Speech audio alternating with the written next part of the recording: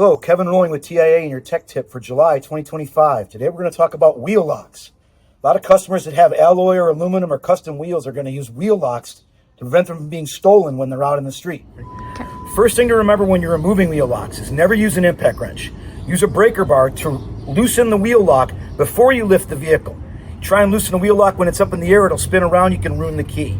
Second, once you get the wheel lock off, make sure you're saving the key with the wheel locks because you can't remove or install the wheel locks without the key. Third, when you're going to install the wheel locks, same principles apply. Do not use an impact wrench when you're installing wheel locks. The hammer mechanism in the impact wrench will damage the key and the teeth on here, as well as the teeth on the lock nut itself. Torquing is the same. Doesn't make a difference. You're going to torque the wheel lock the same torque that you'd put on the wheel lug nuts. So again, when you're using wheel lock keys, never use an impact wrench to remove or install, and always make sure you torque it with a torque wrench and use the wheel lock key for that. And make sure you put it back in the customer's car, either in the glove box or in the center console, so they have it next time they have to get it. That's your tech tip for July 2025. I'm Kevin Rohlwing for TIA. Thank you and be safe.